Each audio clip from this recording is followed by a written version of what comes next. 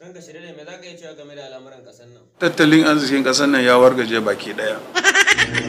Bangaren man fetur fa. Akwai matsaloli kwarai da gaske. To fannin ilimi fa.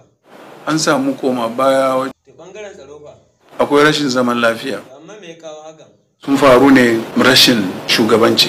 Za mu so ka tsaya mana takara a 2023. Shine fata na. Ba za ta yi ba. Za mu ji daɗi ko? Ba shakka. Za mu ja lafiya. Kwarai da gaske.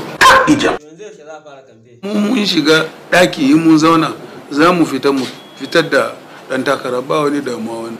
Na jam'iyyar PDP kenan? Jam'iyyu daban-daban ba. Kowa kusan ya san kowa.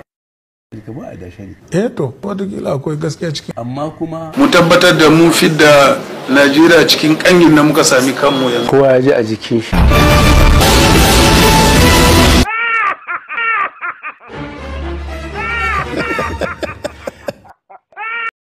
Likey